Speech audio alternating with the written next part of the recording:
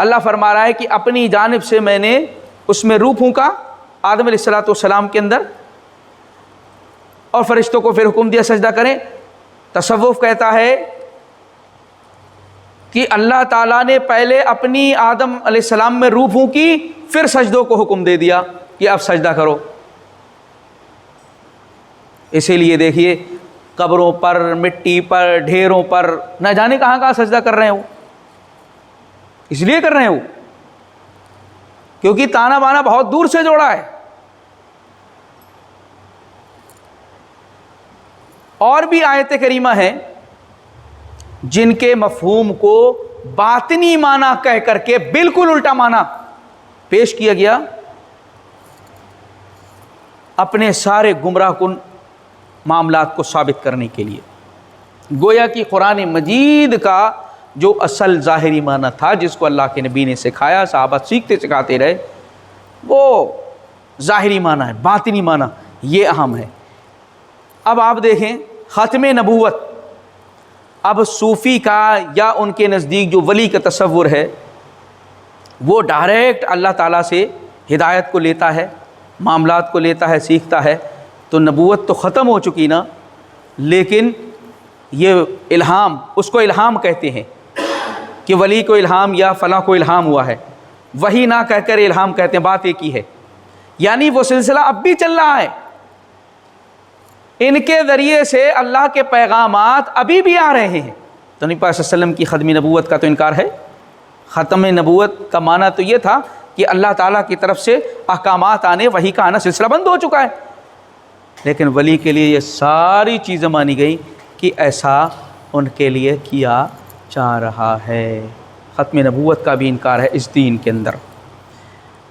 بہت ساری تفصیلات ہیں، کہاں تک آپ اس قسم کی چیزوں کو سنیں گے؟ سنیں، لوگ اسی کو پسند کرتے ہیں، لوگوں کو اسی میں مزہ آتا ہے، دلچسپی اسی سے زیادہ ہے۔ اس کی وجہ کیوں ہے؟ اس کی وجہ کیا ہے کہ لوگوں کو یہ دلچسپیاں اسی سے کیوں ہیں؟ دینی تصوف سے۔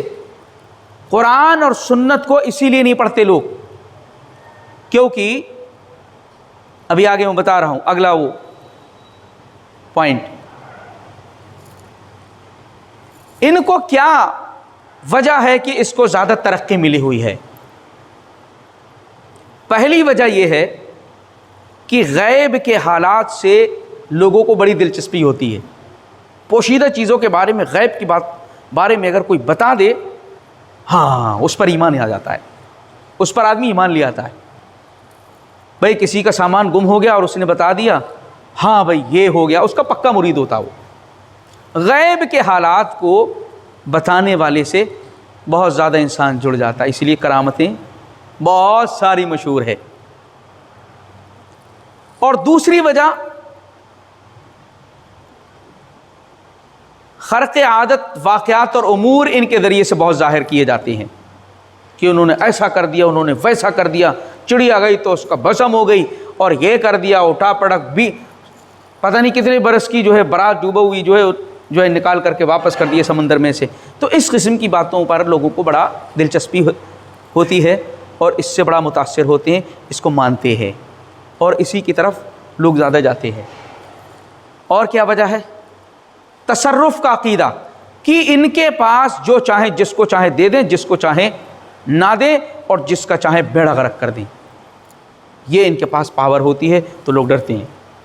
سستی نجات کا معاملہ بھی ہوتا ہے کہ بھئی قیامت میں کیا ہے، بھئی جس کے ہم مرید ہیں وہ ہم کو جنت میں لے ہی جائے گا، بات ختم۔ اتنی سستی جنت رکھی ہوئی ہے تو کیوں وہ قرآن و سنت پڑھ کر کے عمل کرے گا؟ کیونکہ ان کو اسی پر وعدے کیے جا رہے ہیں، بھئی تم کو کچھ ضرورت نہیں ہے، بھئی تم مرید بن گئے نا بس۔ اور پیر کا کیا معاملہ ہے؟ پیران امی پرانند، مریدہ ہمی پرانند۔ پیر اڑتا نہیں، پیر کو اڑاتے ہیں لوگ، اس کو مقام پر پہنچاتے ہیں۔ یہ سارے کا سارا کھیل ہے اس دین تصوف کا۔ اللہ تعالیٰ کے اس دین میں جو دین محمدی ہے، اس میں عقل کو بار بار ایڈریس کیا گیا، عقل والوں کو ایڈریس کیا گیا، خطاب کیا گیا۔ افلا تعقلون، سمجھتے نہیں تم؟ افلا تدبرون، تدبر نہیں کرتے؟ لعلکم تعقلون، شاید کہ تم سمجھ جاؤ۔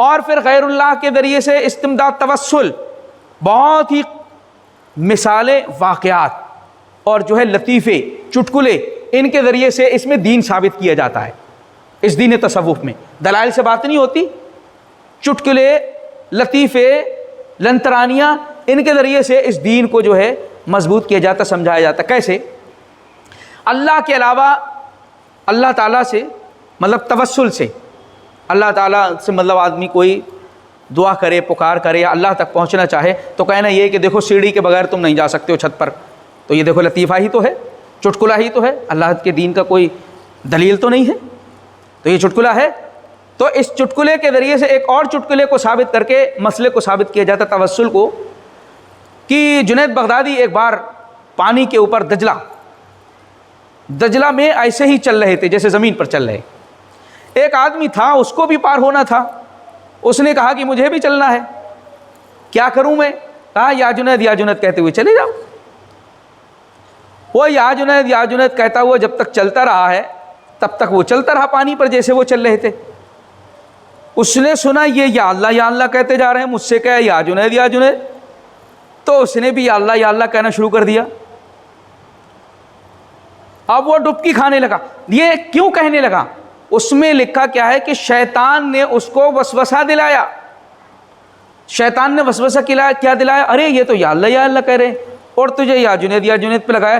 یہ وسوسہ شیطان نے اس کے دماغ میں ڈالا، اور جیسے یا اللہ اس نے کہنا شروع کیا، ڈبکی کھانے لگا اور کہا کہ میں تو گیا، کہا رے جنید تک تو پہنچا نہیں، اللہ کی پہنچنے کی بات کرتا ہے۔ اب آپ بتائیں، ایسے مضبوط دلیل، آپ پورا قرآن پڑھ دی، حدیثوں پڑھ کے انبار لگا دیں، لیکن اس سستی نجات کے چاہنے والے اس کو کتنی مضبوطی سے لیں گے؟ بھائی ڈبکی کھاؤ گے ہی اگر تم نے وسیلہ نہیں لیا ہے، ان کا لینا پڑے گا۔ یہ سب جتنے بھی ہیں نا، ان کو پاس تم کو جانا ہی ہے، ورنہ نجات نہیں ہو سکتی ہے۔ یہ سستی نجات کا راستہ، توسل، جیسے چھت پر چڑھنے کے لیے یہ آپ کو سیڑھی چاہیے، تو یہ چٹکلے ہیں۔ ویسے ہی ایک چٹکلا لطیفہ وہ ہے، بھائی دین کے مسائل، آخرت کے مسائل، اللہ سے متعلق، اس کے دین سے متعلق مسائل قرآن و سنت سے لیے جائیں گے، دلائل وہاں سے آنی چاہیے نا۔ تمہارے دماغ کے جو لطیفے چٹکلوں سے دین ثابت نہیں ہوتا۔ آج کل بھی جو ہے ان لطیفے چٹکلوں کو سنا کر کے لوگوں کو گمراہ کر رہے ہیں کہ ایسے ہوتا تو ایسے ہوتا۔ اللہ کے دین کی، قرآن کی، سنت کی کوئی دلیل نہیں ہمارے پاس، صرف چٹکلے بازی، اس سے دین ثابت ہوگا۔ یہ چٹکلے بازیاں اس دین تصوف میں، دین محمدی میں نہیں ہے۔ ہر بات پر صحابہ کرام دلیل طلب کرتے تھے، پیش کرتے تھے، دلائل کی روشنی میں اللہ کا دین چلتا ہے۔ باقی یہ چٹکلے بازی دین تصوف میں چلتی ہے، اور جو دین تصوف کے اوپر عمل کر رہا ہے اور محمد رسول اللہ پڑھ رہا ہے، فیصلہ کر لے وہ اللہ کے دین کو جو محمد صلی اللہ علیہ وسلم لے کر کے آئے ہیں اس سے واسطہ نہیں، دین تصوف سے ہے۔ پھر محمد رسول اللہ کے پڑھنے میں وہ سچا نہیں ہو سکتا، کبھی بھی اس کو کبھی بھی فائدہ نہیں ہو سکتا۔ وہ زندگی بھر پڑھتا رہے، عشق رسول کے نعرے لگاتا رہے، دعوے کرتا رہے، وہ صرف محض دعوے ہیں، سچائی اس کے اندر کچھ بھی نہیں ہے۔ اگر وہ سچائی جاننا چاہتا ہے تو اس کے تقاضوں کو اگر وہ جانے گا محمد رسول اللہ صلی اللہ علیہ وسلم کے، تب وہ جان پائے گا کہ میں کہاں کھڑا ہوں، سچائی کیا ہے، اور یہ جس پر میں چل رہا ہوں وہ کچھ اور ہے، سچائی سے اس کا کوئی تعلق نہیں ہے۔ اللہ رب العزت مولا کی نعمت عمل کی توفیق عنایت فرمائے۔